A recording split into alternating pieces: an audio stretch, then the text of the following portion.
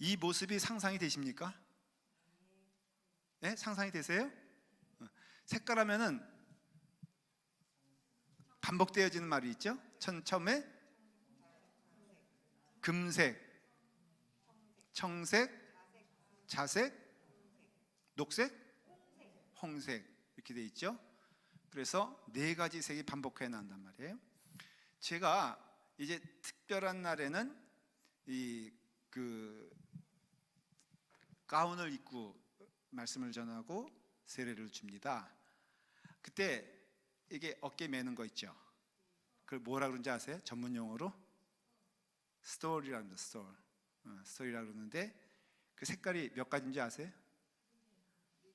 네 가지예요? 어떻게 되죠? 흰색, 보라색, 초록색, 빨강색. 맞아요? 이렇게 맞나? 흰색, 흰색, 초록색, 보라색, 빨간색. 네 가지죠. 그렇죠? 그거 입으면 목사 같아 안 같아? 멋있어 안 멋있어? 좀 화려했으면 좋겠죠. 네, 그래서 거기다가 어떤 경우에는 막 이렇게 수가 있는 경우도 있고요. 그 다음에 거기다가 또 보석을 다는 경우도 있어요. 미국 목사님들은 거기다가 온갖 것을 다 해. 네. 그래서 이제 이렇게 한단 말이죠. 사실은 이 모양이 이제 그 스톨 이렇게 하는 모양이 그 무슨 모양인 줄 아세요? 네? 그게 앵커예요, 앵커. 그러니까는 멍에. 그러니까 이게 좋은 게 안 좋은 거예요? 좋은 거예요? 멍에 맸으면 좋겠어? 네. 그래서 멍에를 매면은 어떻게 해야 돼? 일해야 되죠, 그렇죠? 멍에를 맸다는 것은 일하라는 뜻이거든요. 또 제가 뭐 그런 걸 저는 인정하지 않지만 제가 소띠란 말이에요. 그러니까 딱이잖아요, 그렇죠? 돼지는 이거 하면 돼, 안 돼? 원숭이띠, 그래서 목사도요 소띠만 되는 거예요. 이거는 우스갯소리인데, 자 상상이 안 되잖아요. 그래서 좀 이제 보여주실까요? 이런 모습인 거예요, 이런 모습. 그래서 여기 보면은 제가 조금 아까의 모습을 좀 설명을 드리면요. 자 여기 보면은 이게 흉패, 가슴 방패 같죠? 몇 개예요? 위로 3개, 옆 가로 3개, 4개. 그러면 몇 개예요? 예? 뭘 의미하는 걸까? 12지파를 의미하는 거예요. 여기 보니까는 여기 각각의 여기 보석에 이름이 써 있어 안 써 있어? 무슨 이름일까? 예? 지파 이름이에요. 그렇죠? 그래서 이것을 다 이렇게, 이것은 대제사장이 어디로 갈 때 입는 옷입니까? 지성소로 들어갈 때. 아셨죠? 그러니까 하나님을 만나러 갈 때 이 12지파의 모든 것들을 다 함께 가지고 합니다. 그 다음에 속옷이 있고, 그 다음에 에봇, 겉옷 이런 것들이 있어요. 그래서 이제 이런 모양으로, 요건 이제 4개, 3개, 홍패 요거 있잖아요. 요걸 이렇게 했단 말이죠. 이렇게 했어요. 자, 처음부터 좀 볼까요? 말씀을 이제 돌아갑니다.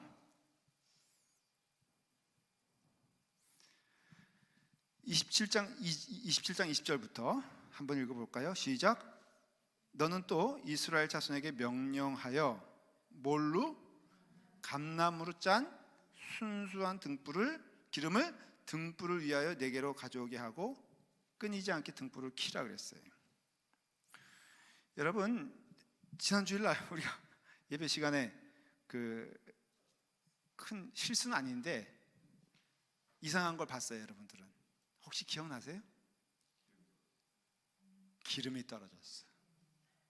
여러분 내가 이런 말하면 지금 조심스러운 게 예배 부장이 지금 본인 책임이 아니야.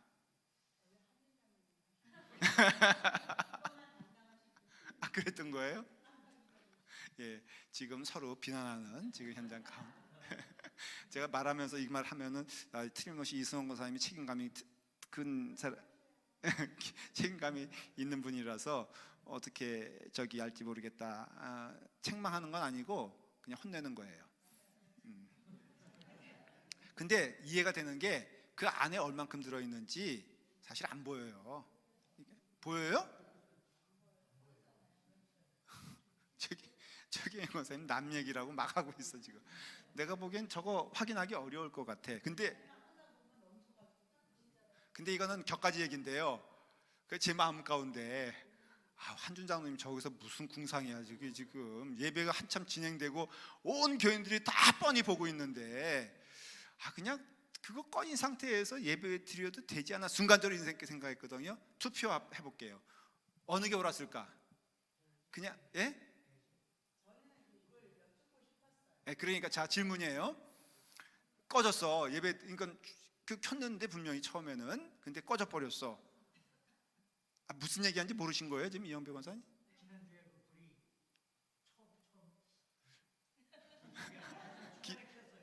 저기 처음엔 켜졌어요. 그래서 내려갔어. 그날은 또 누가 켰던가?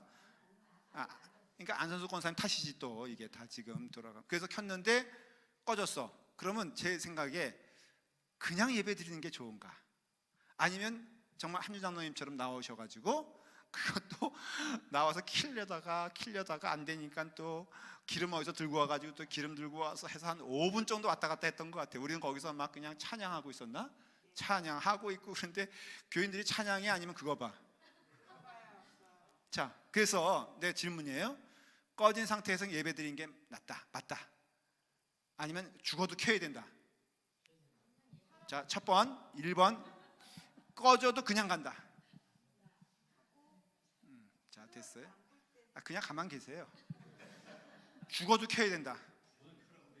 그 장로님께서 손만 들어요. 근데 부부가 의견 통일해야 되는 거 아니에요? 최경영 사님은 꺼져도 그냥 해야 된다는 거였고, 이영배 권사님은 저기 켜야 된다. 장로님도 켜야 된다. 글쎄 잘 모르겠어요. 그런 경우는 가끔 있잖아요. 그렇죠? 저도 몰라요 사실은.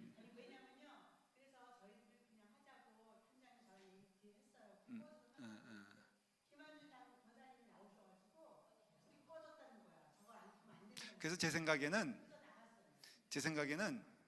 한 명이라도 그거에 대해서 시험 드는 분이 있다면은 켜야 되지 않을까? 나는 이거 죽어도 이거 예배 이것 때문에 정말 나는 예배 너무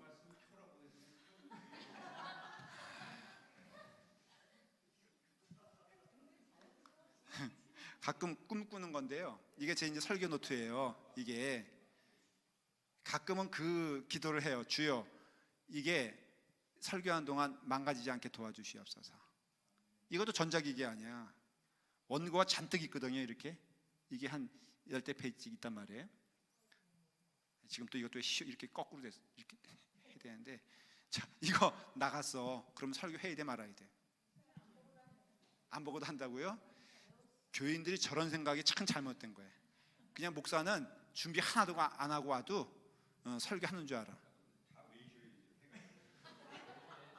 본인이나 성경 기조할 때 좀 제대로 좀 하세요. 맨날 꼴뚱하면서. 자, 그래서 하여간에 이 재단의 이런 것들을 이제 오늘 세밀하게 봅니다. 근데 하나 기억해야 될 것은요, 오늘날 저거 입어 안 입어? 저거 입는 게 옳은 거야? 안 입는 게 옳은 거야? 그럼 지금 오늘 이 시간에 오늘날에는 어느 목사님, 전 양복 입거든요. 어느 목사님은 가운을 입어요. 또 가운을 입는데 거기다가 여기 박사라고 박사 가운을 입는 사람이 있어. 목사님 자세히 보십시오. 그건 진짜 정서적이지 않거든. 그거는 박사 가운이지. 자기가 박사라는 것을 얘기하는 사람 치고 제대로 된 사람이 있나 보세요. 저처럼 박사이지만 어제 장로님 제가 박사인 거 모르셨죠? 알았어요? 제가 이래봬도요 정식 박사예요. 이것도 어느 목사님처럼 까짜 박사가 아니라 미국의 명문 신학대학 대학원 제가 3등으로 졸업한 사람이에요. 아니다, 4등이야. 4등인데 상장을 3등까지 주고 다 그 다음에 4등이라고 그래. 졸업한 다음에는. 제가 4등 했어요. 자, 그런데 그러면은요, 신학에 들어오면은 이 제자들이 결국은 말씀을 전하는 제사장이 되지 않습니까? 근데 제자들에게 있어서는 이 이것이 나오질 않아요. 다시 말하면은 그냥 예배드린 것을 볼 수가 있어요. 이건 영적인 의미에서 어느 것이 옳다라는 것보다도 예수님 이후에는 대제사장 되시는 예수님을 통하여서 그 구약의 사역은 다 끝났다고 인정을 하는 거예요. 그러나 그런 의미에서는 또 거꾸로, 그러면 제사장의 그 사명은 없어진 것이냐라고 하면은 제가 결론으로 말씀드릴 거예요. 결국은 오늘날의 대제사장, 거룩한 제사장은 누가 되는지 아세요? 그렇죠. 어디 있어요 그 말씀이? 베드로전서, 네, 베드로전서 5장에 2장입니다. 예, 잘하셨어요. 잘하셨는데 베드로전서 5장은 없어요. 사도행전 29장 여러분 펴실 수 있어요? 유다서 3장 지금 다 눈치채고선 그래요. 요한계시록 22장. 그래서 우리가 이 거룩한 제사장의 역할은 만인에게 임하게 된 거예요. 그러니까 흉패가 있잖아요. 그렇죠? 여러분들이 이제 그 일을 해야 되는 거예요. 이제 말씀을 이제 드릴 텐데 여기 보니까 첫 번째 그 불은, 아까 제단의 불 얘기했는데 그 불로 돌아가면은 이 불은 꺼지면 안 돼. 엄밀하게 따지면 이 불은 24시간 켜 있어야 돼, 안 켜 있어야 돼. 그래서 연합감리교회 전통적인 교회를 가시면은 관심 있게 보셔야 될 제단의 모습들이 있어요. 연합감리교회, 감리교회는요, 지금 현대적인 건물과 현대적인 예배를 드리는 연합감리교회, 또 한국의 감리교회 가운데는 이 전통을 따르지 아니하고, 예를 들어 말하면은 나성 금난교회를 가보시면은 우리 교회랑 좀 모습이 틀린 걸 알 수가 있어요. 나성 금난교회 가면은 설교단이 가운데 떡하니 있어. 그거는 어느 교회 스타일이야? 그거는 한국 금난교회 스타일이야. 그건 장로교회들 이렇게 자주 해요. 설교단이 가운데 있어가지고 목사님이 가운데 설교를 했어요. 그 다음에 사회단도 없어. 이렇게 우리 사회단이고 이게 설교단이거든요. 감리교. 사회단은 없어. 어디서 사회 봐? 네? 밑에서 사회 본단 말이죠. 이게 다 의미가 있는 거예요. 연합감리교회는 전통적인 교회를, 윌셔 교회라든가 우리 교회 가운데 예를 들어서 우리 교회는 현대적인 건물이잖아요. 이게 여러분, 이게 현대적인 건물인 거 인정하십니까? 아니 왜 웃어요? 아니 물어보잖아. 이게 현대적인 건물이요? 아니면 전통적인 건물이요? 장로님 샌디에고 교회에서 오셨잖아요. 샌디에고 교회는 전통적인 건물이에요? 현대적인 건물이에요? 창고 건물이에요? 그러니까 이런 교회들 말고 정말 전통적인 연합감리교회 많잖아요. 그렇죠? 말씀드린 대로 윌셔 교회 가도 그렇고, 글렌데일 교회 가도 그렇고, 그리고 드림교회도 그렇고, 다 이런 교회들 가보면은 한 3가지 정도 특징이 있어요. 첫째는 이렇게 설교단과 이 사회단이 분명히 나눠져 있어요. 제가 윌셔 교회에서 제가 대예배 때 설교한 적이 있었는데요, 거기는 올라갔다가 꼬꾸라져 떨어지는 줄 알았어요. 너무 설교단이 높아가지고. 근데 여러분 캐토릭에 가보면 말이에요, 캐토릭 베드로 성당, 성 베드로 성당 가보셨어, 안 가보셨어? 가봤어요? 그러니까는 위화감을 주는 거예요. 이거 안 가본 사람은 어떡할 거예요? 그러면 또 당황스러워요. 쾰른 성당 가보셨어요? 오케이. 영국의 웨스트민스터 가보셨어요? 가보셨어요? 가보면은 자세히 보면은 앞에는 제단만 있고 설교단이라고 중간에 떡하니 있어요. 근데 굉장히 높아요. 중심은 저 제단에 있어요. 가운데 있고 양쪽에 설교단과 그 다음에 사회단이 있죠. 이게 사실은 캐토릭적인 것에서 이게 성공회로, 영국에는 성공회, 캐토릭이 영국으로 오면은 헨리 8세를 통하여서 성공회로 변합니다. 근데 모습은 캐토릭화 됐는데 내용은 개신교회처럼 된 게 성공회예요. 그래서 결혼할 수 있고 목회자가, 그 다음에 말씀을 중시하고, 그래서 성공회는 어떤 캐토릭적인 외향적인 것은 받아들였지만 내용적인 것을 보면은 개신교예요. 그래서 거기서 나온 목사님이 바로 요한 웨슬레 목사님이에요. 그 요한 웨슬레 목사님은 성공의 목사님이었어요. 그래서 자신은 감리교를 만들려고 해서 만든 게 아니라 나중에 결국은 감리교가 됐지만은 성공의 목사님이셨어요. 그래서 이 모습들은 사실은 성공회와 많이 유사해요. 성공회는 모습은 어디서 계속 가져왔다고요? 그래서 사실은 이 모습들이 약간의, 장로교에서 오신 분들은 좀 언유주얼하다고 그러세요. 왜냐면은 이게 캐토릭화된 조금 모습이 있기 때문에 그래. 자, 여기 설교단, 사회단 있지만은 제단이 있어요. 근데 장로교에서 프로테스탄트, 특별히 루터교 이런 데서는 이 제단을 없애버렸어요. 왜냐하면 하나님의 말씀만이 교회에 사역이 된다고 믿었기 때문에, 거꾸로 이런 것이 제사화된, 어떻게 보면은 형식화된 내용이기 때문에 다 이런 거 없애버리고 거기는 오직 설교단만, 하나님의 말씀만, 강조점이 조금 이렇게 두드러지는 것이죠. 근데 이런 두 가지 정도가 다르면서 또 다른 게 뭐냐면은 이 설교단 위에, 여기 위에 보면요, 저기엔 등이 하나 있어요.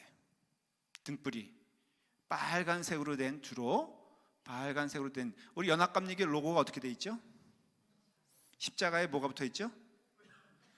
횃불이 붙여 있죠. 이건 뭘 말하는 거예요? 성령의 불꽃은 24시간 켜 있어, 꺼 있어? 켜 있단 말이에요. 그래서 요 위에는 사실은 그 등불이 있어서, 이 등불은 꺼졌다 켜졌다 합니까? 켜져 있습니까? 얼마 동안? 24시간. 그래서 자세히 그 전통적인 연합감리교회 건물을 가보면은 반드시 거기에는 이 위에 빨간 등이 있어요. 근데 그것을 24시간 보존하려면은 누가 해야 돼, 그거를? 목사님이 해야 돼. 목사님이 그걸 등불을 계속 켜게 하려면은 잘 수 있어, 없어? 그래서 연합감리교회 목사님들은 여기서 늘 기도하면서 여기서 숙식을 해결했던 거예요. 이건 농담이요. 그러니까 농담은 웃어야 되는데 전혀 반응이 없는데, 요즘은 등불이 있긴 있는데 이걸 어떻게 켰냐면은 전기로 켜요. 그래서 어느 교회는 꺼지면 안 된다 그래가지고 정전이 나면은 백업할 수 있는 백업 배터리도 다 장착해놨어. 그 정도예요. 근데 현대적인 교회에서는 많이 그거에 대해서 사실은 어떤 눈에 보이는 전통에 중요성을 부여하지 않기 때문에 그렇지만은, 이것이 어디서 나왔냐? 그럼 거꾸로 이 등불이 어디서 나왔느냐? 이건 성령의 불꽃이지만 이것에 대한 의미는 바로 오늘 우리 최정원 아나님이 주구장창 얘기했던 그 꺼지면 안 된다. 그러니까 그렇게 말하면은 지난주일 한준 장로님이 한 행동이 앞으로는 그 사명을 최정관 장로님에게 이첩을 하면 되는 거예요. 그래서 예배 전에 확인하고, 사실 예배 전에 확인하는 게 맞죠. 그 얘기를 하는 거예요. 내가 장황하게 설명을 했지만은, 자, 너는 또 이스라엘 자손에게 명령하여 감나무로 짠. 그런데 이걸 좀 알아야 돼요. 저거 그 원료가 뭔지 아세요? 우리가 지금 쓰는 거. 예? 뭔진 모르겠어요, 저게 솔직히. 그렇지만 좀 벗고 해도 돼요? 아니, 예복인데 갑자기 더워서. 왜 이렇게 덥지 오늘? 안 더워요? 더워요? 갑자기 열받았나? 성령이 새벽에 입고 왔던 거라서. 이분도 새벽파야. 기도 좀 해, 좀 새벽 기도 나와서요. 저기 그쵸? 우리 잘못 입었어 오늘 옷을. 갑자기 더워가지고. 감람에 대한 이야기가 많이 나와요. 그쵸? 감람은 뭐 권사님도 벗으실 거예요? 자, 내가 10초 20초 줄 테니까는 벗을 사람 다 벗어. 감람은 뭘 뜻할까? 성경에서 감람을 얘기할 때는 무엇을 뜻하는지 다 알아요.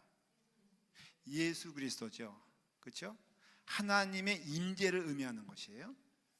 감람이란 것은 뭘 말하냐면 보이지 않는 하나님이, 뭐 영적으로 말하면 보이는 하나님으로 오신 것이 감람이에요. 그래서 감람나무는 아주 신령한 것이에요. 근데 이것이 신령하기 때문인지 아니면은 그래서 그런 것인지 우연인지 모르겠으나, 감람으로 말하면은 또 뭐가 나오냐면은 감람유가 나오죠. 류인가? 유죠. 이게 기름이란 말이에요. 기름으로 말하면 여러 가지가 있죠. 참기름, 들기름, 그 다음에 올리브, 그 다음에 휘발유, 등유, 경유 다 있잖아요. 감람유가 갖는 특징이 뭐냐면 딱 한 가지가 있어요. 비싸다는 거예요. 두 번째는 끓음이 나오지 않는다는 거예요. 이게 펄프가 들어가야지만이 끓음이 나와요. 그러니까는 정제를 하는데 감람유는 굉장히 정제를 잘해야 돼. 근데 잘하는데 그 잘하는 그 의미는 무엇이냐면은 불순물이 없는 거예요. 그리고 이 모든 불순물이 없어지면서 정제되어서 나오기 때문에 펄프가 없어져 버려요. 펄프가 나오면은 그게 끓음이 생기는 원인이 되거든요. 그러니까 그것이 없게 되었을 때 감람유를 쓸 수 있는 것은 사실은 딱 하나뿐이 없어. 뭐예요? 등불이에요. 열처녀의 비유 있죠, 여러분들. 열처녀가 준비해야 됐던 기름도 감람이에요. 우리나라는 옛날에 등불을 켜던 시대가 있었어요. 혹시 여러분 등불 세대 있으세요? 여기 가운데? 장로님 등불 세대예요? 아니, 장로님도 등불이에요? 그때 무슨 시골에 전기 들어왔지 무슨 등불이 들어왔어요? 등불이 있었던 시대가 있었어요? 근데 질문할게요. 모르니까는 그게 끓음이 있어요, 없어요? 있죠. 그렇죠. 그래서 아침에 일어나면 코가 시커매졌다 그랬죠. 그게 진짜 있는. 그래서 그때 태어나신 분들은 다 지금 폐암에 걸려 죽었다는 얘기도 있어요. 살았으면 무슨 뜻이에요? 하나님의 은혜예요. 예수 믿어지는 자리에 있는 것이에요. 근데 그만큼 이게 등불로 만드는 게 어려웠다는 거예요. 참 신비하죠. 이 시대에, 이 출애굽 시대 때 왜 하나님께서 감람유를 쓰게 했냐면은 돌아놓고 보니까는 가장 끓음이 없는, 그 더러운 것이 없는 순수한 기름이 감람유였어요. 이 감람유가 이제 등불로 사용되어졌는데, 그래서 여기 보니까는 감나무로 짠 어떤 기름이라고요? 순수한 기름이라고 했잖아요. 그 순수한 기름을 등불을 위하여 4개로 가져오게 하고 끊이지 않게 등불을, 중요한 게 등불이지만은 중요한 게 뭐라고요? 끊이지 아니하고 꺼지지 아니하고 켜져 있어야 되는 것이 등불인데, 그 다음에 보니까는 아론과 그의 아들들로 회막 안 증거기 앞에 휘장 밖에서 저녁부터 아침까지 항상 여호와 앞에 그 등불을 보살피게 하라 그랬어요. 언제부터 언제까지요? 예? 저녁부터 아침까지. 그러면 낮에는 꺼놓습니까? 낮에는 어떻게 돼 있어요? 켜놔요. 이게 무슨 뜻이냐면요, 제사장들도 한 명이 아니잖아요. 아론들과 그의 자손들이라고 했단 말이에요. 그러니까는 결국 이게 레위지파가 되거든요. 그러니까 성직에 봉사하는 사람이 아론만이 아니었어요. 자, 그러면은 낮에는 그들이 일을 하는 시간이기 때문에 당연히 그 등불을 지켜볼까 안 지켜볼까? 지켜보잖아요. 이건 뭘 말하냐면은 당직을 말하는 거예요. 당직. 그래서 당직은 언제부터 생겨났다? 출애굽기도 생각난 거예요. 그래서 저녁부터 아침이라는 뜻은 뭐냐면은 너희가 낮에는 다 같이 일하기 때문에 등불에 대한 문제가 없는데 다 퇴근하는 저녁부터는 순번을 지켜서 너희가 불이 꺼지지 않도록, 군대로 말하면은 끊임없이 밤이라도 존재하는 게 뭐냐면 불침번이잖아요. 불침번은 어떻게 보면은 밤부터 낮까지, 아침까지 서야 되는 것처럼 그렇게 우리가 등불을 꺼지지 않고 지켜야 된다라는 것이에요.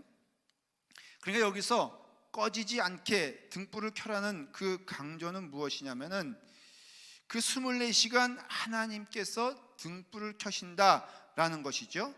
여러분, 이 말이 무슨 말이냐면은 하나님은 24시간 불꽃 같은 생명으로 우리 가운데 임하신다는 것이에요. 그렇기 때문에 하나님 말씀을 보면요, 시편 121편에 이렇게 되어 있어요. 제가 한번 읽어볼게요. 내가 산을 향하여 눈을 들리라. 나의 도움이 어디서 올꼬. 잘 하시는 말씀이죠. 그 다음 뭐라고 되어 있냐면은 나의 도움은 천지를 지으신 여호와께서로다. 그 다음 말씀이 여호와께서 너를 실족하지 아니하게 하시며 너를 지키시는 이가 졸지 아니하시는도다. 이스라엘을 지키시는 이는 졸지도 아니하시고 주무시지도 아니하시리로다. 여호와께서 너를 지켜 너를 상하게 하지 아니하며 밤의 달도 너를 해치지 아니하리라. 모든 환난을 면하게 하시며 또 내 영혼을 지키시리로다. 여호와께서 너의 출입을 지금부터 영원까지 지키시리로다 하고 찬양을 성전에서 했단 말이에요. 여호와는 어떤 분이라고요? 졸지도 아니하시고 주무시지도 아니하시며 누구를 지키는 자라고요? 우리를 지키시는 자래요. 하나님이 졸지도 아니하시고 주무시지도 아니하시는 이유는 우리가 잘못하나 보자, 그게 아니라 너의 모든 출입을 다 지키시고 너를 쉴 만한 물가로 인도하시기에 부족함이 없는 목자이시기에, 그래서 하나님은 졸지도 아니하시고 주무시지도 아니하신다 그랬어요. 근데 여러분, 그 주무시지도 아니하는 하나님의 인도하심을 받는 우리의 이 모습이 그 주무시지도 아니하는 하나님의 손길처럼 느껴집니까? 안 느껴집니까? 어렵게 표현했지만 우리의 꼬라지가 예수 믿는 것 같아, 안 믿는 것 같아? 그냥 맨날 지켜주시는 것 같아, 안 지켜주시는 것 같아? 그냥 차를 몰고 가도 경찰관의 눈을 멀게 하시고 어떤 길을 가더라도 불꽃 같은 눈초리로 우리를 지켜주시고 인도하시는 것 같아, 안 같아? 안 같잖아요. 그렇죠? 그러나 우리가 믿음으로 바라보게 되면은 하나님이 나를 지켜주신다라는 믿음을 갖을 수밖에 없어요. 가만히 보면은 저의 돌아온 길을 이렇게 보면요, 오늘까지 여러분, 제가 이제는 조금 있으면 환갑을 바라보는 나이에요. 정말 환장하겠어. 근데 내 발걸음이 그래도 옛날에 60이면요, 여러분 생각해보면 내가 어렸을 때 60이라 그러면은 진짜 이렇게 할아버지였어. 근데 내가 그 나이가 됐다니까는. 근데 돌아놓고 보면요, 하나님의 인도하심과 이끄심이 없이 온 적이 없다는 것을 고백할 수밖에 없어요. 때로는 내게 어두움의 길도 있었고요, 힘든 길도 있었어요. 지금도 어쩌면은 내게 그런 길이 또 어떻게 될지 모르죠. 그러나 다윗을 보십시오. 다윗의 삶은요, 사울에게 쫓겨다녔죠. 그렇죠? 그 다음에 중년에도 어려움을 겪습니다. 자기의 잘못 때문이기도 하지만은 바세바, 또 어떤 이유로라도 시련을 많이 당합니다. 그의 노년은 결국은 어떻게 됩니까? 여러분 기억나시죠? 아주 굉장히 그 힘든 사건이 벌어지죠. 무엇입니까? 아들이 반란을 일으켜. 여러분 그 다음에 또 참혹한 아주 그걸 뭐라 그러죠? 폐륜화적인 모습을 해서, 그래도 자기 엄마, 이게 부궁이라도 다윗의 아내들이면은 그 자기 뭐예요? 이렇게 말 정말 이게 표현하기도 좀 그런데 그런 일들을 대백주대낮에 벌이잖아요. 또 거기다가 또 아들은 마지막에 또 비참하게 죽잖아요. 근데 다윗의 고백은 딱 하나예요. 여호와는 나의 목자이시니 내게 부족함이 없으리로다. 참 이상하잖아요. 다윗은 믿었어요. 어느 순간이든지 하나님이 나를 떠나신 적이 없고, 하나님께서 나를 버리신 적이 없고, 하나님이 나와 함께 거하시지 않은 적이 없다고 믿는 거예요. 그래서 이 아까 읽은 여호와는 졸지도 아니하시고 주무시지도 아니하시다, 나의 출입을, 너의 출입을 영원히 지키시리라 하는 이 말씀은, 사실 이거 다윗의 고백은 아니에요. 그렇지만 성전에서 드려지는 찬양인데 분명코 이것은 다윗의 고백이 될 수밖에 없는 거예요. 하나님께서는 불꽃 같은 눈초리를 지켜보시되 졸지도 아니하시고 주무시지도 아니하신다 그랬어요. 이것이 민수기를 가면요, 출애굽과 민수기는 한 짝이거든요. 다 이게 민수기, 신명기, 출애굽기는 다 이게 한 그 시대 때 쓰여진 말씀인데, 민수기 6장 24절 25절에 보니요, 여호와는 그의 얼굴을 내게 비추사 은혜 베푸시기를 원한다, 그렇게 되어 있어요. 하나님께서는 그의 얼굴을 우리에게 비추시고, 그리고 우리를 함께 하시며 동행하시길 기뻐하시고 한 번도 떠난 적이 없다라는 것이 성경에 약속된 말씀이에요. 그게 눈에 보이는 성령의 불꽃이 되고 있고요, 성령님께서는 우리와 함께 거하시며, 때로는 우리가 방탕한 길을 갈 때라도 하나님께서는 우리와 함께 근심하신다고 하셨지 떠나신다고 한 적이 없어요. 그래서 믿는 자들은요, 그 마음 가운데 잘못된 길을 걸어갈 때는 이게 우리가 눈에 보기엔 가책이라고 생각되지만 가책이 아니라 성령님이 우리의 길에 올바른 길을 제시하시고 인도하시기 때문에 그 길을 걸어가지 않을 때는 예수 그리스도 믿는 자들은요 괴로운 거예요. 여러분, 예수 그리스도를 믿는 자들의 괴로움은 이 세상 사람들의 괴로움과는 다른 종류예요. 주님의 길을 걸어가지 않을 때 우리는 그게 괴로운 거예요.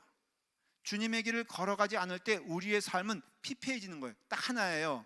여러분, 있고 없고가 아니에요. 우리가 부자 되고 가난한 그 길이 아니에요. 우리의 삶 가운데 그 항상 거하시는 성령님의 인도하심에 순종하지 않으면은 우리 가운데는 그것이 무엇이냐?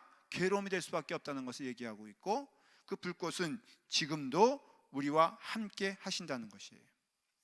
말씀드린 대로 우리가 흉패를 안 입지만은, 더 이상 이런 것들이 존재하지 않지만은, 그러나 분명한 것은 이 여호와의 불꽃은 우리에게도 지금도 영원히 함께 하신다고 말씀해 주셨어요.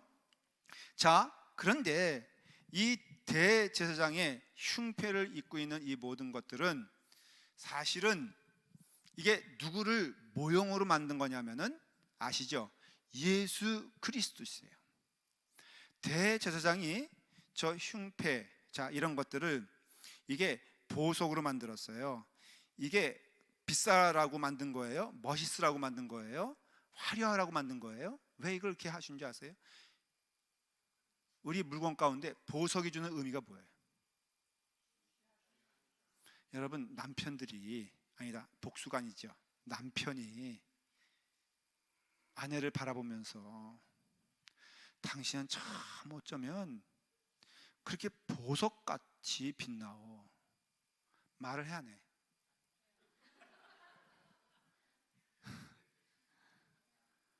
그렇죠? 신혼은 언제냐? 그 정의를 내리면요, 신혼이란 것은 결혼한 다음에 3일, 뭐 결혼한 다음에 한 달, 결혼한 다음에 1년이 아니라 내 눈에 그이가 보석같이 빛나면 그게 신혼이에요. 그렇죠. 지금 내 그 얘기 하려는 거예요. 지금 이렇게 앉은 자세를 보더라도 우리 장로님네도 신혼인 것 같아. 그렇죠? 아멘. 단체 권사님네도 그냥 단체 권사님은 이경혜 권사님이 어떻게 하면 보다듬어주고 해주고 그러잖아요. 그렇죠? 아멘. 우리 집사람 오늘 이렇게 왔는데 정말 보석같이 보이더라고요. 그래서 내가 그랬어요. 당신 너무 머리가 이 한 개 너무 보석 같다 그러니까 그런 말 하지 말라 그러는데 너무 좋아하는 거예요 또. 이게 보석을 뭘 말하냐면요, 보석은 귀하다라는 것을 말하는 거예요. 근데 거기에 이름이 뭐가 있다고요? 12지파의 이름이 있대. 에브라임, 뭐 단 권사님 거기 이름이 있어요. 확실해, 그 믿어요. 그 다음에 유다, 이게 다 있단 말이에요. 이런 것들이 뭘 의미하냐면 하나님의 보석 같은 존재임을 말하는 것이에요. 근데 그들의 삶은 어때요? 엉터리요. 근데 보석이래. 그런 게 있잖아요. 대제사장 여러분들, 아론이 거룩해서 뽑혔나요? 하나님이 뽑으니까 거룩한 건가요? 여러분, 이 아론이 이와 같이 흉패를 입고 대제사장에서 옷을 입었지만은 고라의 자손 때 그 모세가 십계명을 받기 위해서 시내산에 올라갈 때 제일 먼저 반역한 사람이 누군지 아세요? 아론이에요, 아론. 예, 그랬죠. 그러니까는 결국은 거룩하기 때문에 대제사장이 된 게 아니에요. 여러분, 목회자에 대해서도 마찬가지. 저가 좀 이렇게 말하면 좀 죄송할 수도 있지만은, 여러분, 목사 된 이 소위 말해서 제사장이 된 우리, 그러니까 목사들이 스스로 말하는 게 있어요. 여러분들보다 거룩해서 목사가 됐을까요? 천만의 말씀. 우리가 이런 말을 해요. 이거 목사 안 되면은 이거 인생 엉터리 될 인생들이 다 목사 됐다는 거예요. 여러분들이야 평신도인데도 주일날에 예배드리러 오잖아. 근데 이 목사 된 이 종족들은요, 주일날 돼서 교회 안 올 사람들만 다 목사 만들어서 할 수 없이, 내가 목사 아니면 새벽기도 할 것 같아, 안 할 것 같아? 솔직히 저는요, 이석원 또 잠깐 저번 얘기하면 좀 이동학 원사님 얘기할게. 이동학 원사님 새벽기도 나오시는데 비교해 보면요, 눈물 날 정도로 거룩해. 저분은 목사 아닌데도 나오잖아. 물론 목사 아닌데도 안 나오는 사람들도 있어. 그렇지만은 저는 저 고백해요. 난 목사 아니면 아마도 저렇게 못했을 거다. 그저 목사니까는 하는 거지. 뭐 이렇게 어떻게 얘기하는데 그 말이 맞아, 틀려요? 맞아요. 아론이 그 당시 이스라엘 사람들 평균으로 따져도 엉터리였단 말이에요. 그러니까 그 사람을 하나님께서 쓰시는 것임을 알 수 있어요. 참고로 하나님의 쓰시는 길은 신비하세요. 근데 분명한 것은 요 쓰여진 이름들이 보석이다라는 것은 맞아요. 그래서 하나님은 그 12지파를 보석으로 인정하시고 보석으로 대접했다는 것은, 우리 믿는 자들에게도 하나님은 똑같은 은혜를 주셔서 여러분들은 귀한 존재란 말이에요. 하나님의, 심지어는 어떤 존재냐, 예수 그리스도께서 피 흘려 사신 그 정도의 귀한 존재라는 것을 잊지 말라는 것이에요. 이거 깨달아야 돼요. 여러분들이 어떤 존재냐면은 성경에서 말하는 메시지는 딱 하나예요. 십자가에 달려 예수님을 죽이기까지 끝까지 사랑하신 하나님의 사랑이 우리 가운데 있다는 것이에요. 그런 의미에서는 우리가 서로 좀 부족해도 말하지 말아야 할 것은, 저를 평가하지 말아야 할 것은, 하나님이 그를 사랑하신대요. 그래서 사랑하시는데, 그래서 이 모든 12지파를 다 안고 가는 것이 대제사장이고, 그리고 가서는 들어갈 때는 죄인으로 가지만은 나올 때는 의인이 되어 나오는 게 제사장의 고백이거든요. 삶이거든요. 모든 이스라엘 사람들의 죄를 안고 가서는 하나님 은혜 안에 무릎 꿇게 되었을 때 용서함과 죄사함과 은혜의 삶을 허락해 주시고, 하나님의 자녀되는 은총을 허락해 주신 후에 대제사장들은 나와서 하나님의 기뻐하심을 선포하는 이 반복되어지는 예배와 제사가 오늘날 우리에게도 주시는 예배가 된다. 예배의 의미가, 여러분, 예배의 의미는요, 말씀 재밌게 들어야 되겠다, 뭐 분위기 좋다, 이게 아니라 여러분들이 죄인으로 와서 하나님의 은혜 가운데 그 은혜 받은 삶을 고백하는 것이 예배가 되는 것이고, 주님을 만나는 것이 축복의 예배가 된다는 것이에요. 근데 이 거룩한 제사장은 예수 그리스도께서 십자가에 달려 돌아가심으로 히브리서에 보니까는 어떻게 됐다고요? 이제 이러한 대제사장은 우리에게 합당하니 거룩하고 악이 없고 더러움이 없고 죄인에게서 떠나가시고 하늘보다 높은 대신이라. 그는 먼저, 저 대제사장들이 먼저 자기 죄를 위하고 야음의 백성들의 죄를 위하여 날마다 제사 드리는 것 같이 할 필요가 없으니 이는 그가 단번에 자기를 드려 이루심이라. 율법은 약점을 가진 사람들을 제사장으로 세웠거니와 율법 후에 하신 맹세의 말씀은 영원히 온전하게 되신 아들을 세우셨느니라 그랬어요. 그전에는 율법에 그에 있어서 부족한 자들도 제사장이 됐고 약한 자도 제사장이 됐지만은 예수님께서 온전히 그 제사를 드리심으로써 대제사장이 되시고, 그 다음에는 제사 드리지 않잖아요. 그 다음에는 우리가 이런 제사를 드리지 않잖아요. 흉패 입지 않잖아요. 그렇지만은 분명한 것은 그 대제사장이 되신 다음에 결론으로 말하면 베드로 전서 2장 9절이 나오는 거예요. 한번 읽어볼까요? 베드로전서 서신약으로 이제 결론으로 말씀을 마칩니다. 베드로전서 2장 5절. 2장 5절. 자, 먼저 2장 5절을 읽습니다. 최성경으로 신약성경 377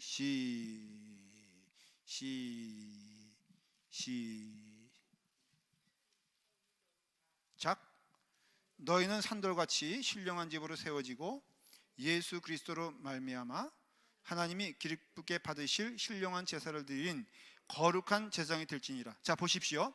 제사장이 없어진 게 아니에요. 누가 제사장이 된 거예요? 우리 했다 그랬어요. 누구의 피로? 예수 그리스도의 피로. 그래서 뭐라고 말하고 있냐면은 너희도 그랬어요. 그러니까 너희도 말한 뜻은 예수 그리스도의 가심과 먼저 가신 그 길에 너희도 또한 떨어져 있는 자가 아니라는 것이에요. 그래서 말을 하기를 너희도 산돌같이 무슨 집으로 세워지고요? 신령한 집으로 세워지고 예수 그리스도로 말미암아, 십자가의 은혜죠. 하나님이 기쁘게 받으실 뭐라고요? 신령한 제사를 드릴 거룩한 제사장이 될지니라 명령하셨잖아요. 그러니까 여러분들이 제사장이란 말이에요. 그 다음에 2장 9절은 너무 유명한 말씀이에요. 시작. 그러나 너희는 택하신 족속이요 왕같은 제사장들이요 거룩한 나라요 그의 소유가 된 백성이니 이는 너희를 어두운 데서 불러내어 그의 기이한 빛에 들어가게 하신 이의 아름다운 덕을 선포하게 하려 하심이라. 결론을 내릴게요. 제사장은 딴 사람이 아니에요. 여러분들이에요. 여러분, 제사장의 가장 중요한 임무, 사명은 뭐라고요? 백성들의 모든 것을 가지고 다 주 앞에 나가는 것이라고 했어요. 그렇다면 여러분들 책임감을 가지셔야 돼요. 여러분들이 제사장이라는 것을 깨닫고 또한 믿고 거룩한 제사장이라면은 여러분들 할 말 없어요. 무엇이 할 말 없느냐? 어떻게 해야 돼요? 이제부터 12지파의 모든 이름들 다 자기 흉패로 삼고 뭐 해야 돼? 기도해야 돼. 그러니까 여러분, 교회 안에서는 약한 자가 있고 강한 자가 있다고 그랬어요. 이것을 깨닫는 자가 있고 아직도 미처 깨닫지 못하는 자가 있다고 했어요. 그럼 여러분들이 깨닫는 자라면은 여러분들 입술에서 나와야 될 것은 그들을 위해서 기도해주고 눈물을 흘리면서 주에게 같이 가자고 간절히 주님께 나아가는 길뿐이 없다는 것이에요. 그래서 은혜가 넘치면요 교회가 기도가 넘치게 되고요, 그리고 사랑이 넘치게 된다는 것이 뭐냐면은 가슴 아픈 게 뭐냐면 서로 네가 잘났네 못났대 하는 것은 믿음 없는 자들이 하는 행위라 이거예요. 그들의 아픔은 결국은 누구의 아픔이 되냐면 나의 아픔이 되고요, 그들의 죄는 결국은 나의 죄가 되는 것이에요. 이게 대표적인 사람이 누가 되냐면 목사가 돼야 돼요. 그래서 저는 목사가 너무너무 재밌어요, 즐겁고 아니면 힘들어요. 여러분, 목사의 사명은요 딴 게 아니에요. 함께 그를 기도함으로써 나아가는 거예요. 근데 그러면 목사는 목사만 목사냐? 아니요. 사실은 그런 의미에서는 다 목사야 아니요. 여러분들 집사님이에요, 목사님이에요? 진성 집사님, 집사님이에요, 목사님이에요? 네? 진성 집사님, 네? 지금 정민 집사님 앞에서 자기 사모 될까봐 너무 놀래가지고 대답 잘해 이러면서 몇 구리 찌르고 있어. 걱정하지 마세요. 진성 집사님은 자격도 안 돼. 그런데 영적인 의미에서는 목사라는 것이에요. 여러분, 목사의 마음으로 사역을 해야 돼요. 성도들을 대할 때 목사의 마음으로 대해야 돼요. 그래서 우리가 이 거룩한 제사장은 끈인 구약에만 있는 출애굽 때만 있는 것이 아니라 예수 그리스도의 대제사장의 거룩함을 통하여서 믿는 자들은 다 거룩한 제사장이 되어 주의 길을 걸어가는 자가 되었으니 오늘 말씀을 듣고 그 말씀 안에서 여러분들 중보의 영이 우리 은혜 가운데 나로 인해서 축복의 통로가, 나로 인해서 하나님의 거룩하심이 증거되어지는 그런 은혜가 넘치기를 바랍니다.